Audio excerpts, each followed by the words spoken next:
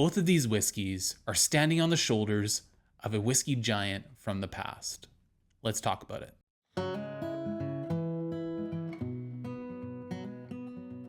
Hey guys, welcome back to Whiskey on the West Coast. My name is Matt, and today we're going to be talking once again about Compass Box whiskeys here. In this case, the Compass Box Ultramarine. Now, if you followed along with some of the previous videos, I took part in a virtual tasting through Kensington Wine Market, a store I can really only just continue to sing the praises of. And unfortunately, I missed the virtual tasting live, so I had to catch up on it. And I figured, why not bring you my thoughts on that now? And so with this whiskey, this Compass Box whiskey, I guess I should cover the fact that Compass Box is a blending house. They blend their own whiskeys to their own specifications. It was started by John Glazer in, I believe, the year 2000. He's been making whiskeys ever since. He formerly worked for Diageo, who are the ones behind the Johnnie Walker whiskeys. Now, this whiskey in particular, the Ultramarine, it's part of a series called the Extinct Blends Quartet. And this is number 1 in a series of 4, being a quartet. And the whole concept behind this series is to create homages, really like dedication bottles to former famous blended scotches of the past. And so this one is an homage to a very specific whiskey that was released in 1989 for the first time. Had really old stock in it, had some really fantastically famous bottles from, again, the late 80s, early 90s, that it made its reputation on. And honestly, it was kind of the first ultra premium whiskey that was released on the market as a blend. And that's none other than Johnnie Walker Blue. You can tell there's a few hints on here to that. The name Ultramarine, the blue sail on the bottle here. It's a beautiful bottle. Yeah, I actually really dig this styling for Compass Box. It's gorgeous, but that's besides the point. We're focusing on what's in the bottle. So they wanted to make a whiskey that tasted like Johnnie Walker Blue of old. It's a tribute to what Johnnie Walker Blue was. And so I had a little bit of Johnnie Walker Blue left on my own here as well. So I went ahead and I poured a glass of that too, to do a very, very quick comparison, because I want to make this video not too long, to see how this stacks up to modern day Johnnie Walker Blue, since I never got a chance to try Johnnie Walker Blue of the late 80s, early 90s. Now, some information you may want to know about this. It's 51% alcohol, it's non-chill filtered, it's natural color, so right there it's already got some legs up on the modern day Johnnie Walker Blue. It is made, if you ever have looked at Compass Box whiskeys before, you can find a recipe chart for these bottlings on their website. It kind of looks like the rings of a tree. If you count the rings for each constituent part, you'll find the age of the whiskey. So we'll post a picture of the whiskey chart, the blend chart, on this video. But to tell you, there's 11 different constituent parts to this blend. It's very complicated. I'm not going to read them all. I'm going to read the largest portions out for you here. But this Ultramarine Extinct Blends Quartet number 1 is 18.7% 21-year-old Kalila from a refill bourbon cask. That's a great start. Love Kalila.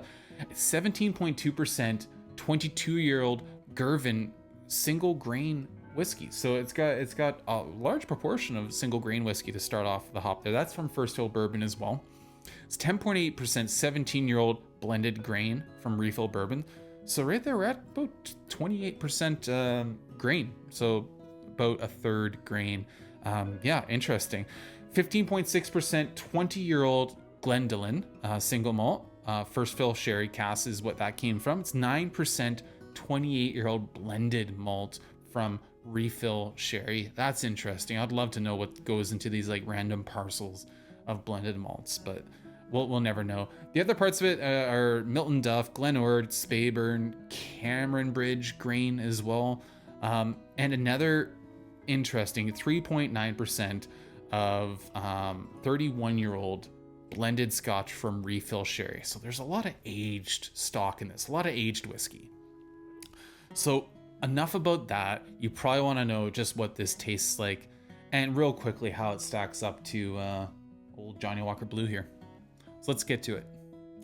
Compass Box Ultramarine. Let's check out this nose. Now you'll notice, as I mentioned earlier, this bottle isn't opened yet. This was from a sample bottle from the virtual tasting. I've got so many bottles open right now. I really should hold off before opening another. So vanilla, sweet icing sugar, really sweet nose. I'm guessing that's from the grain content here. I get a lot of like sweets from grain whiskey. Yeah, almost like a birthday cake sort of sweet. But there's richer tones in there too of tobacco and leather. Butterscotch and like a faint coconut too. Don't know how much American oak was in here. I guess the ex-bourbon would likely be obviously American oak, so yeah, I'm picking up some coconut from those ex-bourbon barrels. Like the faintest hint of like wood char as well. Toffee goes hand in hand for me oftentimes with butterscotch. And the longer I sit with this, I'm picking up the smoke now, the peat smoke. Yeah, beautiful, like a leathery peat smoke actually. But it's not stealing the show, it's understated. I haven't mentioned much for fruit yet. And for fruit, there's like some stone fruit along the lines of peach. And like something close to pear too, if I had to throw something out there. But there's fruiting in here as well. Really interesting nose. Lots of things going on here. Lots of complexity on the palate.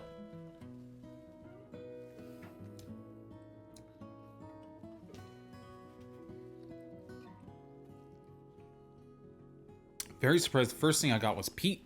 It's peat smoke and earthiness, tobacco, leather.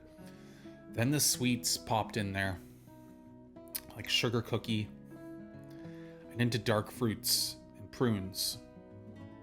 Wow, that is a start for a palate. Oak. Wafting peat smoke on the finish on this first sip now. Almost like the tail end of like a draw off of a cigar. Like you've drawn off a cigar, you've exhaled, just like that sort of finish. Yeah, cigar aftertaste, let's say.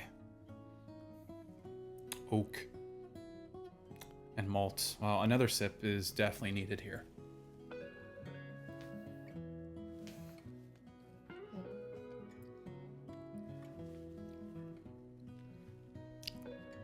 There's that peat punch again. And it leads into those dark fruits. Probably a bit of stone fruit too, lurking in there. Something that reminds me of an old Armagnac as well. So maybe like a slight rancio tone, which is really neat. It's got to be coming from some of those old sherry casks that they used in this. Big oak, smoke. This is an unreal palate. Wow, that's kind of stunning. Touch of like nutty sherry, so perhaps they were Oloroso casks. And that peat is still lingering there. It's not overpowering the finish. It's not stealing the show. Really, really placed in balance with this. Wow.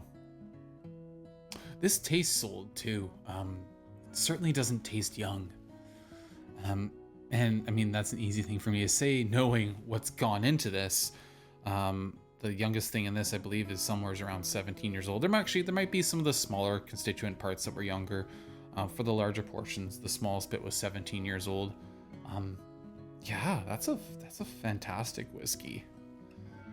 I heard some of the scuttlebutt on this early on, so when I saw this bottle on sale, I pulled the trigger before getting to try it. Now that I have it in my glass, I'm really, really thrilled that I did. Yeah, that is interesting. Okay, I have a few more thoughts on this Ultramarine, but why don't we just take a wee wander over to this modern day Johnnie Walker Blue Label, just do a quick nosing, tasting, and see how it compares. So on the nose, an interesting nose. Peat smoke, dried fruits like fruit leather, dark fruits. There's peat. There's earthy tones. There's fruit for sure. Stone fruits, orchard fruits. They're present. I think in my comparison of the Johnnie Walker Blue Label to the Adelphi like Dancy Man private old stock blend bottling, that was the one thing that did impress me, was the nose on the Johnnie Walker Blue Label. The nose was still there. Let's check out the palate.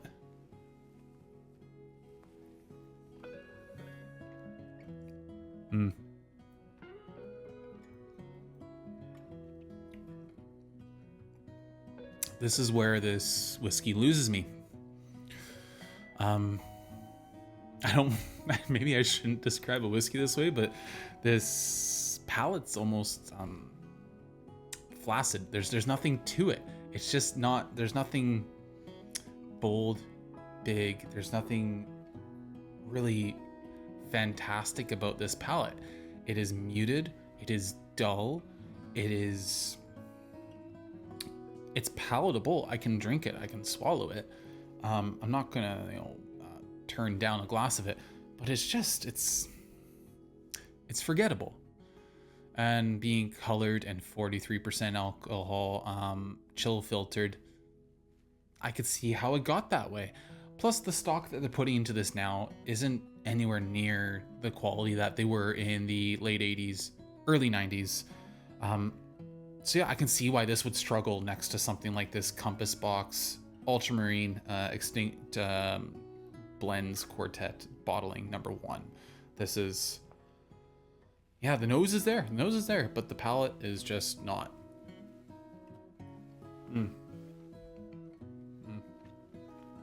Entirely forgettable.